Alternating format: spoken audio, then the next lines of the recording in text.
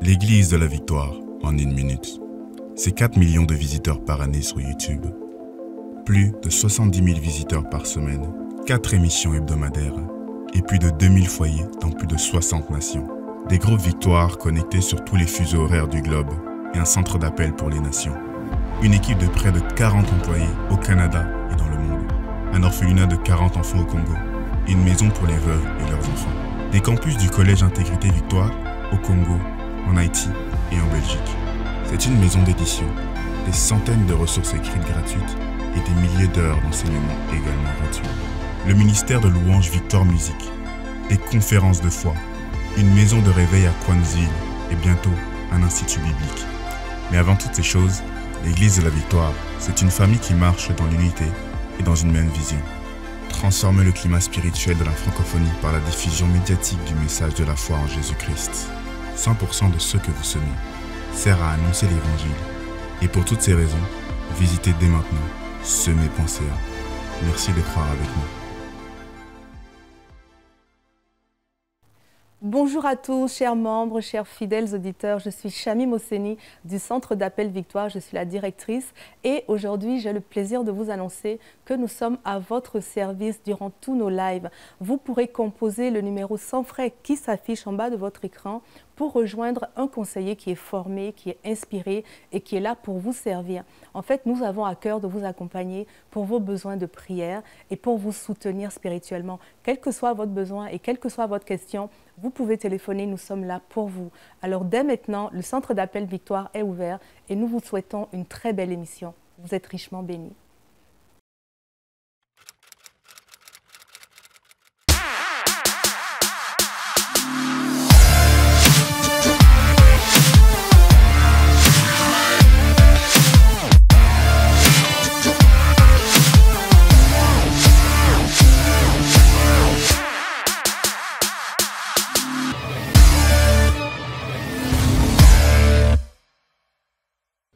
Bon matin tout le monde et bienvenue à l'Église de la Victoire. Je suis tellement content d'être là aujourd'hui, ici, à l'Église de la Victoire, pour vous apporter la parole de Dieu. Aujourd'hui, on va poursuivre dans notre étude sur la sanctification et je crois que vous allez vraiment être bénis. Je crois que la semaine passée, plusieurs ont été libérés de toutes sortes de mentalités erronées, des choses qu'on a entendues pendant longtemps sur la sanctification. Et je dis gloire à Dieu pour la vérité de la parole de Dieu qui libère encore les captifs aujourd'hui. Bien, maintenant, j'aimerais ça qu'on puisse prier pour ce live et aussi j'aimerais ça vous inviter des amis, envoyer ce lien à des amis qui ont besoin de découvrir la vérité sur la sanctification. Et on va maintenant prier, on va remettre cette réunion entre les mains du Seigneur et après, on va se retrouver avec Victoire Musique dans la louange. Père éternel, on te rend grâce, Seigneur Dieu, pour ce matin qu'on peut vivre ensemble dans les nations, dans ta présence. Alléluia. Merci, Seigneur Dieu, pour ta parole qu'on va recevoir, qui va nous transformer encore aujourd'hui. Merci parce que nous allons de gloire en gloire. Et merci aussi, Seigneur Dieu, pour ce temps dans la louange avec Victoire Musique. Nous déclarons, Seigneur, que ta gloire est avec nous, que ta gloire augmente. Alléluia. Et nous vivrons vraiment ta présence d'une façon extraordinaire. Aujourd'hui, nous le déclarons. Nous avons prié dans le précieux nom de Jésus. Amen et Amen. Gloire à Dieu. Allons maintenant avec Victoire Musique et on se retrouve dans la parole de Dieu tout de suite après.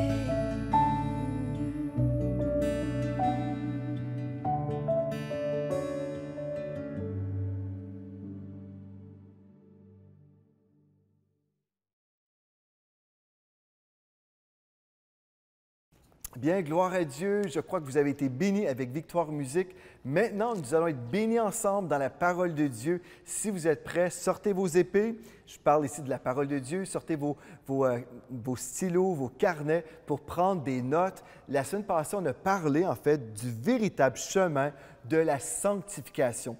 Et aujourd'hui, on va poursuivre et on va répondre en fait à la question « Comment sommes-nous sanctifiés ?»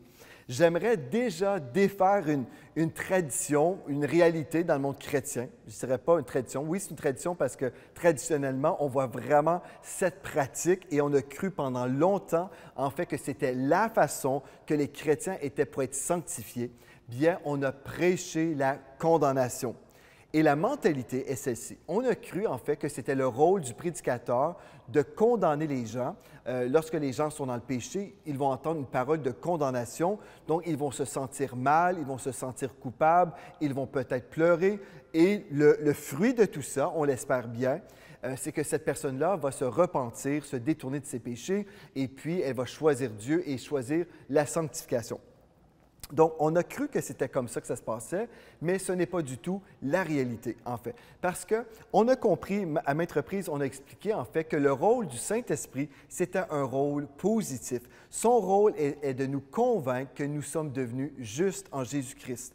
Et en fait, la conviction du Saint-Esprit vient pour le monde. C'est ça qu'on a vu à maintes reprises ici à l'Église de la Victoire, que le Saint-Esprit va convaincre le monde de justice, de péché, de justice et de jugement. Donc, le Saint-Esprit va convaincre le monde du péché d'avoir rejeté Jésus-Christ. Après, son rôle, le rôle du Saint-Esprit, c'est de nous convaincre que Jésus-Christ nous a rendus justes en lui à cause de l'œuvre de la croix. Donc, le ministère du Saint-Esprit pour l'enfant de Dieu, c'est un bon ministère.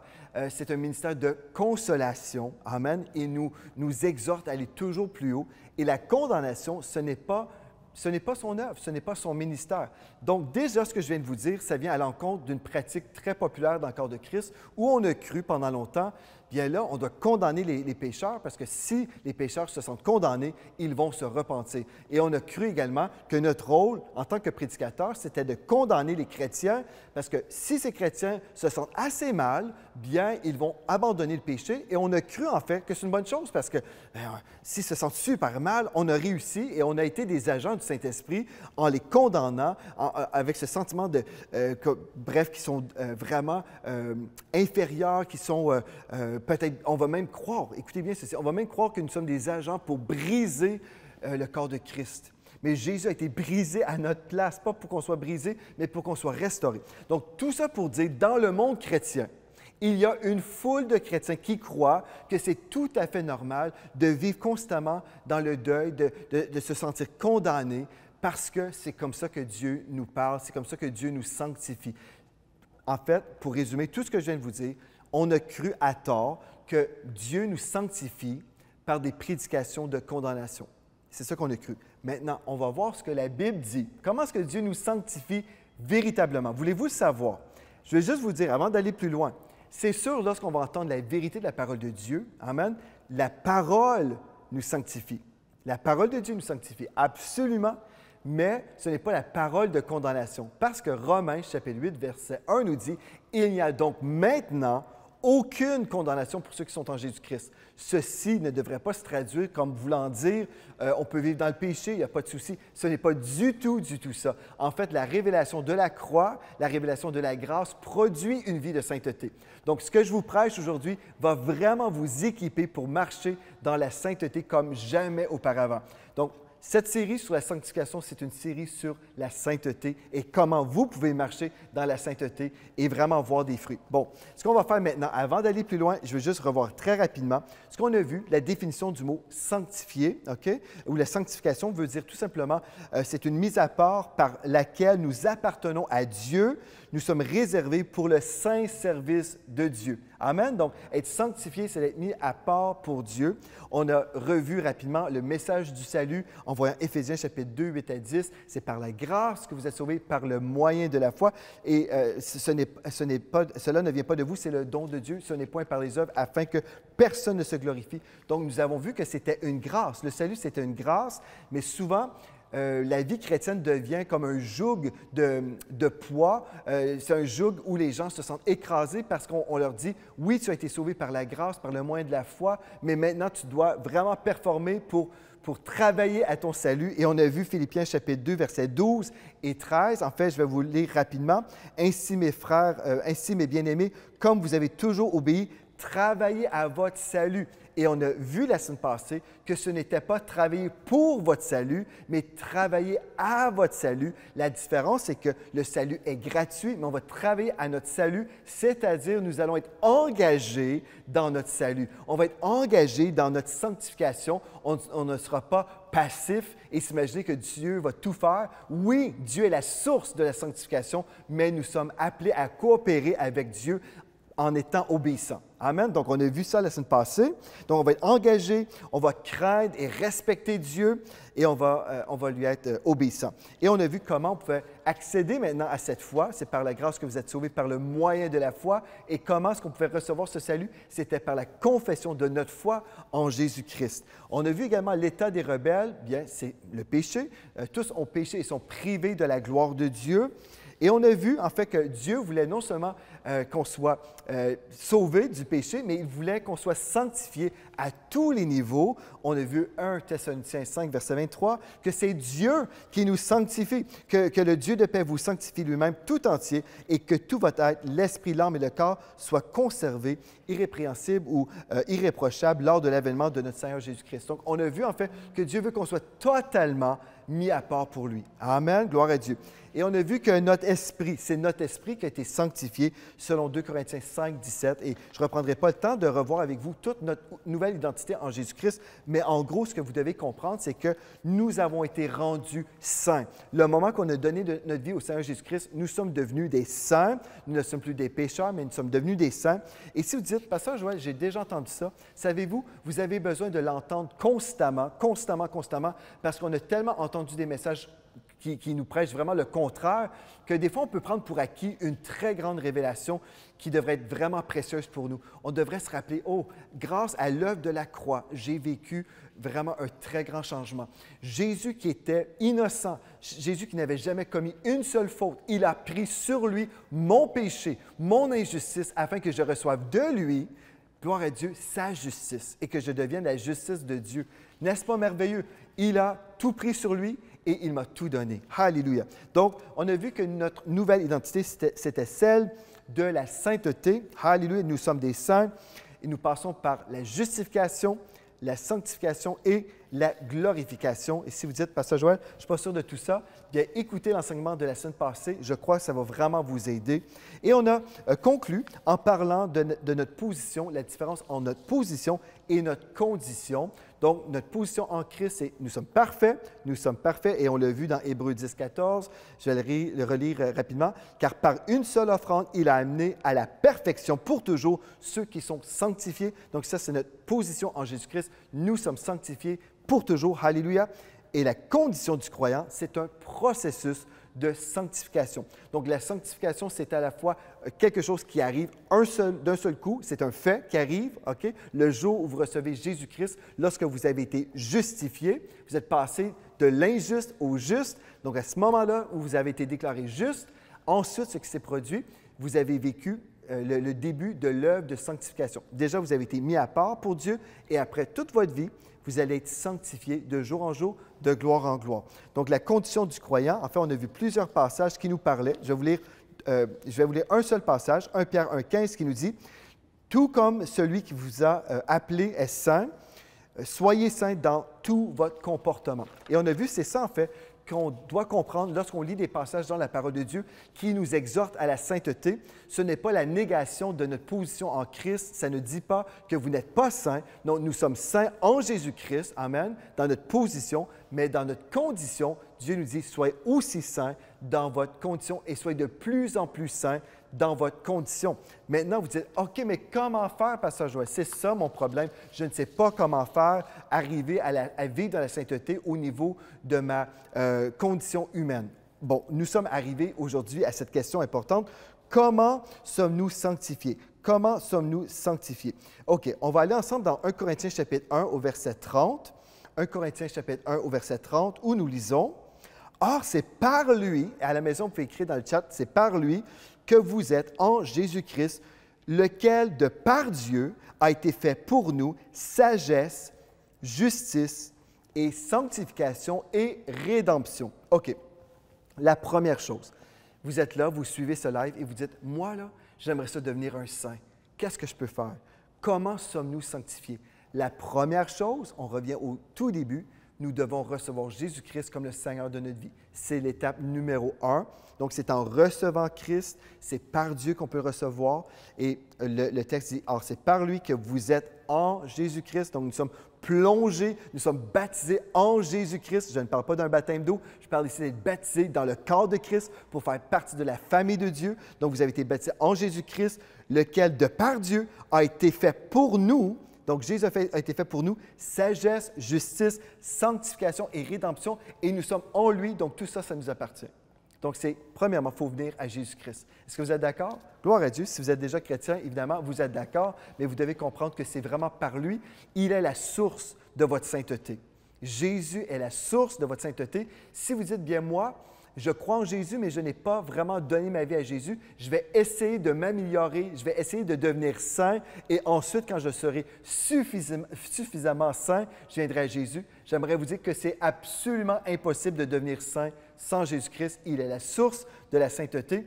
Et en fait, notre propre justice, en fait, pour le Seigneur, c'est comme des vêtements souillés. C'est ça que la Bible nous dit. On ne peut rien offrir à Dieu parce que tout ce qu'on peut offrir à Dieu va être teinté par le péché. Donc, c'est impossible. La deuxième chose qu'on a besoin de faire, c'est de contempler la gloire de Christ. OK? Donc, vous êtes venus à Jésus-Christ, vous avez donné votre vie au Seigneur. Comment sommes-nous sanctifiés? C'est en contemplant la gloire de Christ. Et on va voir ensemble. Qu'est-ce que ça veut dire contempler? Ça veut dire fixer nos yeux sur lui. Donc, on a accepté Jésus-Christ, mais si on veut marcher dans la sainteté, il faut contempler sa gloire. Si j'ouvre mes yeux spirituels et je vois la splendeur de mon Dieu, je vais vouloir lui plaire, je vais vouloir marcher avec lui, je vais aimer mon Dieu, je vais contempler sa gloire, je vais dire « Wow, j'ai tellement un grand Dieu, il mérite le meilleur, il mérite vraiment une épouse glorieuse et moi je veux être cette épouse glorieuse. » 2 Corinthiens chapitre 3 au verset 18 nous dit « Nous tous qui, le visage découvert, contemplons comme dans un miroir la gloire du Seigneur, nous sommes, remarquez, nous sommes transformés en la même image de gloire en gloire comme par le Seigneur l'Esprit. » Voyez-vous, c'est l'œuvre du Saint-Esprit. Lorsque je contemple la gloire de Jésus-Christ, le texte me dit « Nous sommes transformés ». Bien, on parle d'une transformation positive ici. L'œuvre du Saint-Esprit, c'est une œuvre positive. Ce n'est pas une transformation négative où on chute dans le péché et on rejette Jésus-Christ. Comprenez? Ce n'est pas ça l'œuvre du Saint-Esprit. Ce texte nous dit, nous contemplons comme dans un miroir la gloire du Seigneur. Nous sommes transformés en la même image. Ça veut dire qu'on va devenir comme Jésus-Christ, comme on le contemple, comme Jésus devient notre modèle, comme je regarde à sa vie, lorsque je regarde dans la parole et je découvre qui était Jésus-Christ dans les Écritures et même dans ma vie, je peux contempler sa gloire et me laisser transformer en le contemplant. N'est-ce pas merveilleux? C'est une œuvre du Saint-Esprit. Alléluia! C'est ça que le texte nous dit, comme par le Seigneur l'Esprit. Donc, on a vu la semaine passée que c'était Dieu qui nous sanctifiait et ce texte nous parle aussi ici que c'est le Seigneur, l'Esprit. Donc, je vais contempler la gloire de Christ. Et je veux juste vous dire une chose. Quand vous prenez le temps dans vos temps de prière, là, quand vous recueillez, c'est important de ne pas aller trop rapidement dans nos temps de prière. Si on veut marcher dans la sainteté, c'est bon de s'arrêter.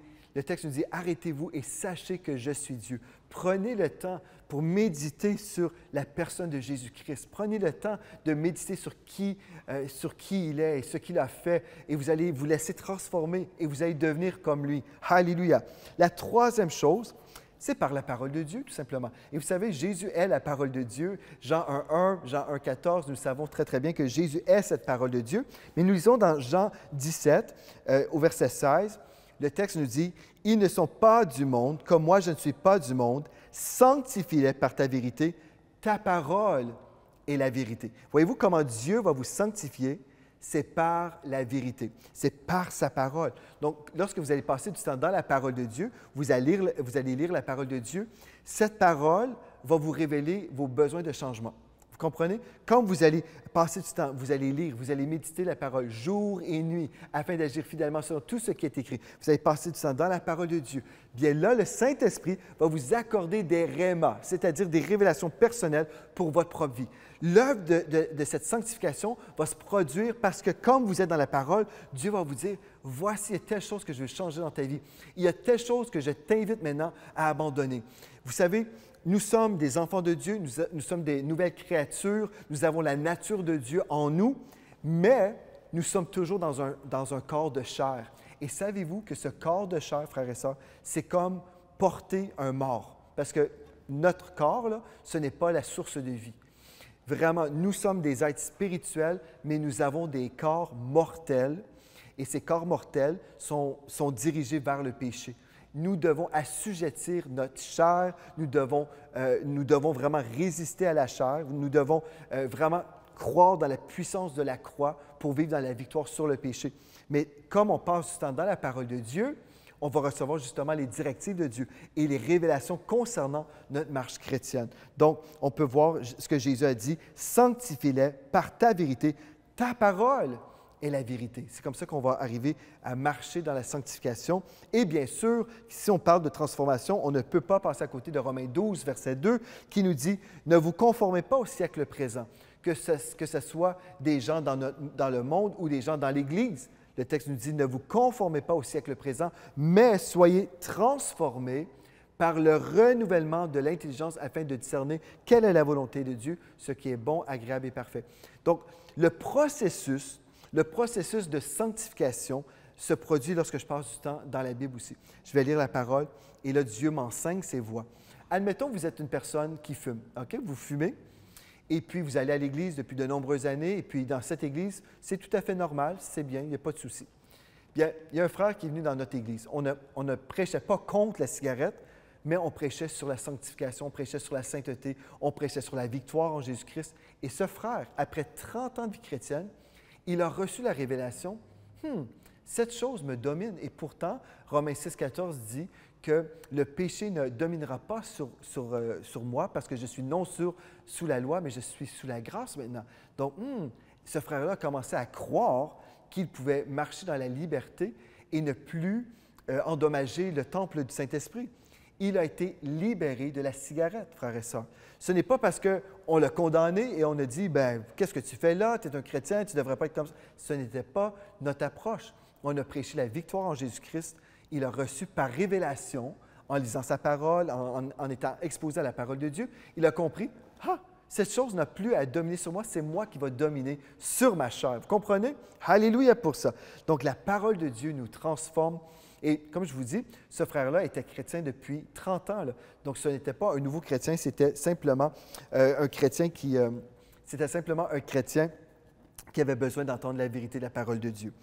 La quatrième chose maintenant, c'est en fait la façon que nous sommes sanctifiés, c'est en se dépouillant du vieil homme, en revêtant l'homme nouveau par la connaissance de Christ. OK, c'est beaucoup de choses, mais je vais vous aider à comprendre. Donc, comment sommes-nous sanctifiés? La première chose qu'on a vue, on doit recevoir Christ dans notre vie, on doit contempler sa gloire, on doit passer du temps dans la parole de Dieu, et je dis on doit, mais c'est vraiment le chemin en fait, le chemin pour vivre dans la sanctification. C'est le chemin que Dieu nous dit.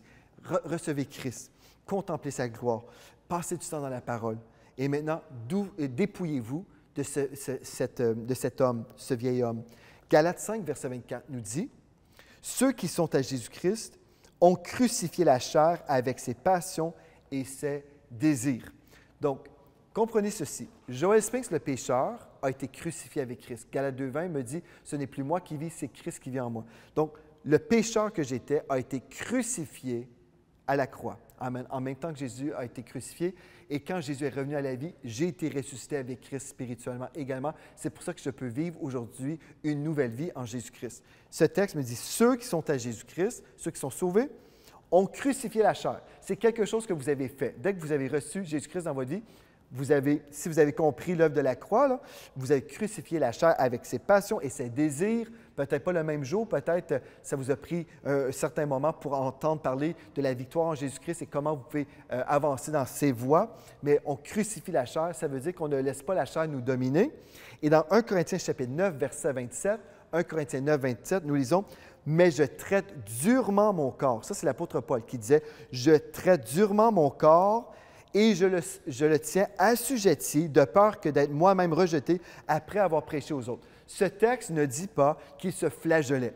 Vous savez, je ne sais pas si vous avez déjà vu des films où des personnes religieuses prenaient un fouet et se flagellaient eux-mêmes comme ça, là. Ce n'est pas ce que le texte nous dit. Quand il dit « Moi, je traite durement mon corps et je le tiens assujetti », ceci veut tout simplement dire qu'il dominait sur sa chair. Il ne permettait pas à ses appétits charnels le gouverner. Mais non, il traitait durement son corps. Il disait non, ce n'est pas la chair qui va diriger, c'est l'esprit. Je suis un esprit et je domine sur cette chair. Et une des façons qu'on peut dominer sur la chair, c'est par le jeûne. Si vous ne comprenez pas le jeûne, j'ai fait un enseignement justement sur le jeûne. Ce n'est pas une grève de la faim. Je veux vraiment vous encourager à découvrir cet enseignement sur le jeûne. Vous allez dans l'engin de recherche, taper le jeûne et vous allez voir une ou des prédications sur le sujet. Mais une façon qu'on va assujettir la chair, c'est lorsqu'on va jeûner justement, parce qu'on va dire non, ce n'est pas le repas ou mon appétit qui va me diriger, mais je vais contrôler mon corps de cette manière-là. Amen. Et dans Colossiens 3, verset 5, maintenant, à partir de la version Sommaire, on a dit qu'on a crucifié la chair. Maintenant, Colossiens 3, 5 nous dit « Faites donc mourir tout ce qui, dans votre vie, appartient à la terre, c'est-à-dire l'inconduite, l'impureté, les passions incontrôlées, les désirs mauvais et la soif de posséder, ou l'avarice, si on veut, qui est une idolâtrie. Faites donc mourir ces œuvres. Okay? Donc, vous avez été crucifié avec Christ. Okay? Ce n'est plus vous, le pécheur qui vit, vous êtes maintenant un saint, mais maintenant, dans votre vie pratique de tous les jours, faites mourir toutes ces choses-là. Là. Ne permettez pas aux désirs mauvais, l'inconduite, l'impureté, ne permettez pas à ces choses-là de régner dans vos vies. Si vous êtes des enfants de Dieu et vous souhaitez marcher dans la sanctification. Mais comment est-ce qu'on peut y arriver? On doit comprendre en fait que nous sommes un esprit, mais nous vivons toujours dans un corps et on parle de la chair. C'est la chair qui désire commettre des péchés. Ce n'est pas votre esprit. Votre esprit est dirigé vers Dieu. Le Saint-Esprit vous habite, comme vous comprenez ceci, mais votre corps a des désirs contraires à celles de l'esprit. C'est ça qu'on retrouve et on peut faire une étude dans Romains chapitre 6, 7 et 8. Mais le Colossiens 3, maintenant, je vais vous inviter à la maison, Colossiens chapitre 3, versets 9 et 10. Regardez bien ceci. Ce texte nous dit « Ne mentez pas les uns aux autres, vous étant dépouillés du vieil homme et de ses œuvres, et ayant revêtu l'homme nouveau. » Donc, le Joel Spinks pécheur, c'est un mort, OK? Donc, le vieil homme, non, je ne veux pas porter cet homme mort sur mon dos, et ayant revêtu l'homme nouveau, alléluia, qui se renouvelle, cet homme nouveau se renouvelle, on parle d'un renouvellement spirituel ici, et dans notre âme, comme on a vu dans Romains 12, mais comment est-ce qu'il peut se renouveler? Par la connaissance ou dans la connaissance, selon l'image de celui qui l'a créé, selon l'image de Dieu. Donc, dans la connaissance de Jésus-Christ. C'est comme ça que je peux vivre, en fait, dans cet homme nouveau. L'homme nouveau, en fait, c'est qui je suis devenu en Jésus-Christ. Je suis devenu un saint de l'Éternel. Et comme je me baigne dans cette connaissance, qui je suis devenu. Alléluia! Ce texte nous dit qu'il se renouvelle dans la connaissance selon l'image de celui qui l'a créé. C'est l'image que Dieu veut que je puisse avoir de moi-même. Alléluia! Je suis un homme nouveau et c'est ça que je vais revêtir tous les jours si je veux marcher dans la sanctification. Éphésiens chapitre 4, verset 24, maintenant, nous dit que nous sommes appelés à revêtir l'homme nouveau, créé selon Dieu, dans une justice et une sainteté que produit la vérité. Voyez-vous, encore, on parle de connaissance, on parle de la vérité. En fait, la vérité va produire cette connaissance qui va nous équiper pour la vie de sainteté. Maintenant, quand on parle de connaissance, on ne parle pas d'une connaissance intellectuelle. Aujourd'hui, on a parlé de l'importance de lire la Bible, mais il y a plusieurs chrétiens qui placent leur foi dans leur performance de lire la Bible, se disant, mais là, si je lis la Bible assez, je vais avoir la victoire pour marcher dans la sainteté.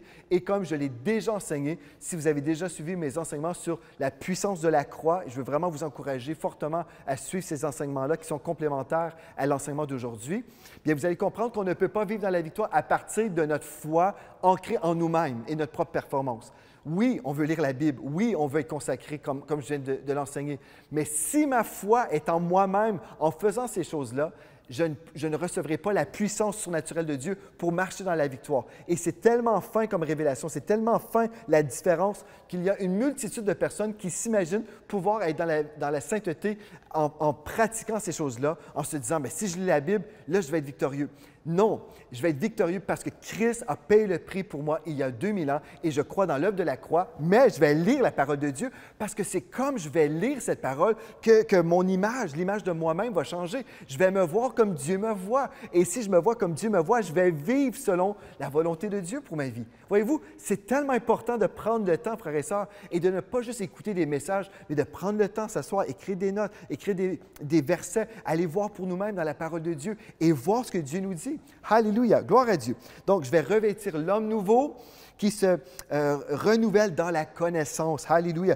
Où ce texte nous dit que Dieu nous appelle à revêtir l'homme nouveau dans Éphésiens 4, 24, créé selon Dieu dans une justice. Nous sommes créés selon Dieu dans une justice et une sainteté que produit la vérité. La vérité va produire cette justice et cette vérité ou cette sainteté dans vos vies. Alléluia.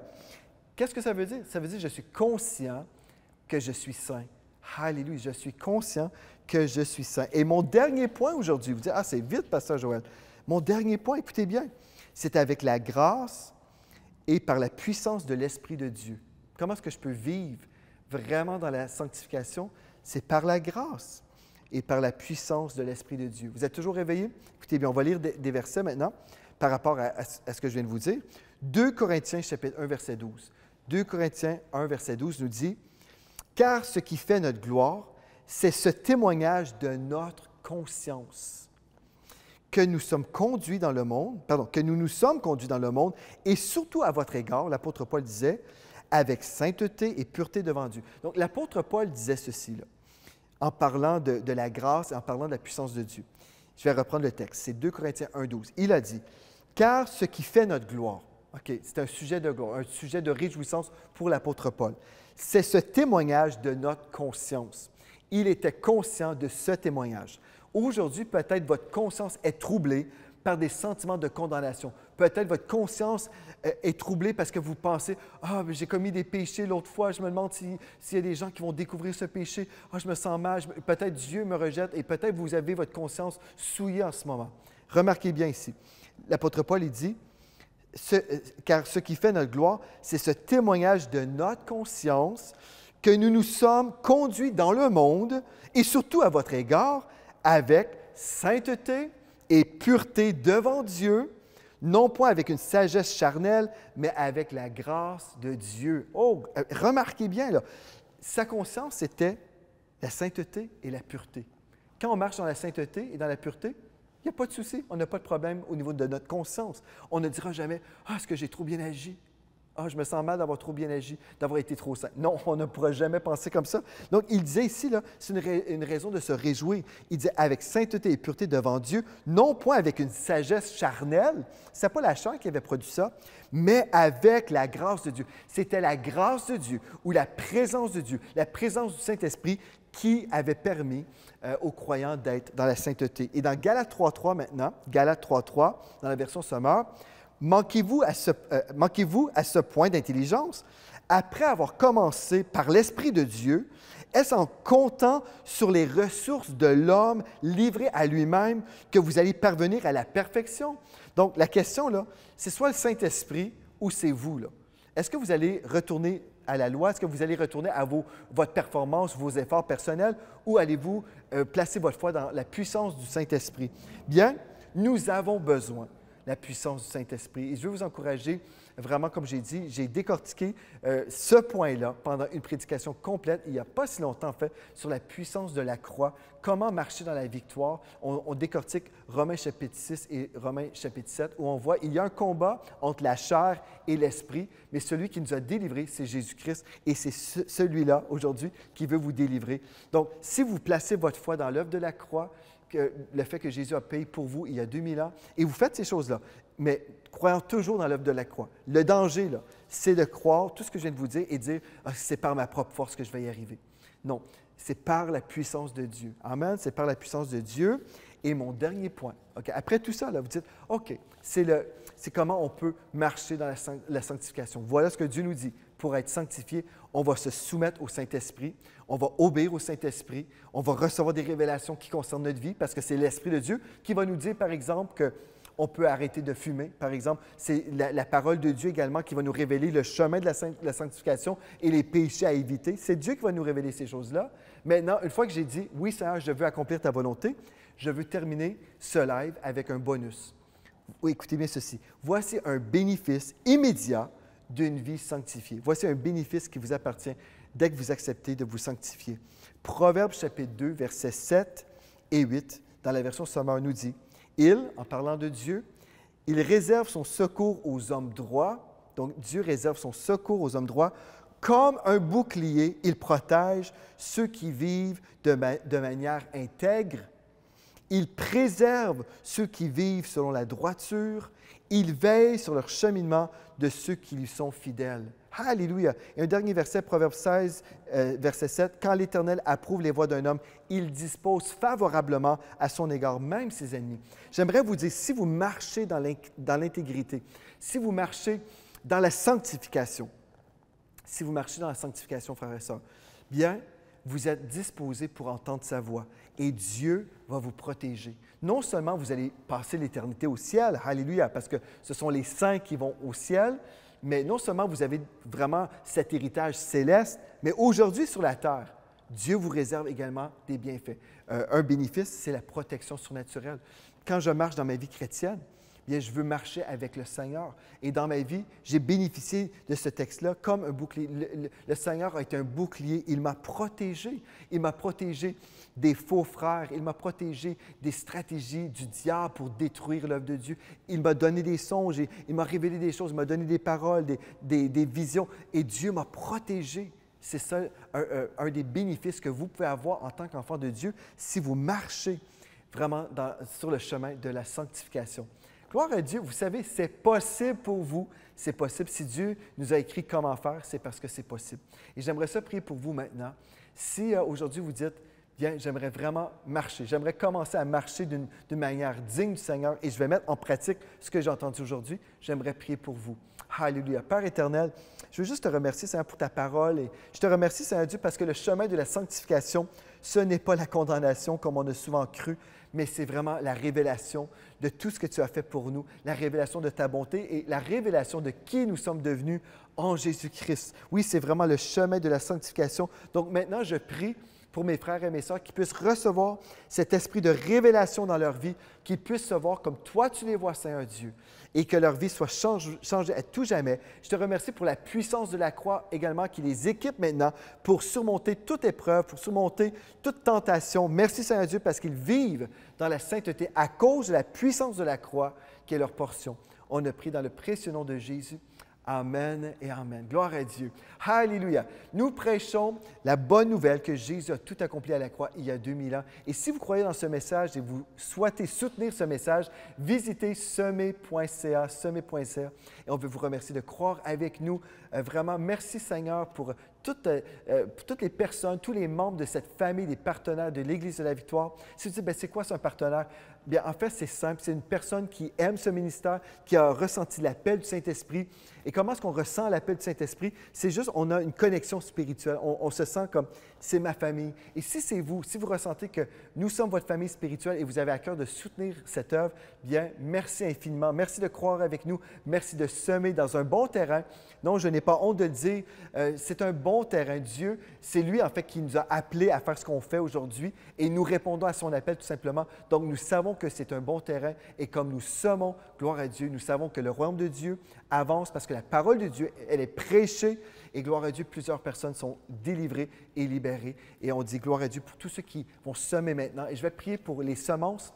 Merci Père, Seigneur, pour mes frères et mes sœurs dans les nations. Seigneur, tu as choisi des personnes partout sur ce globe, des personnes qui deviendraient des visionnaires avec nous, qui deviendraient des bâtisseurs avec nous. Merci pour cette famille internationale. Alléluia!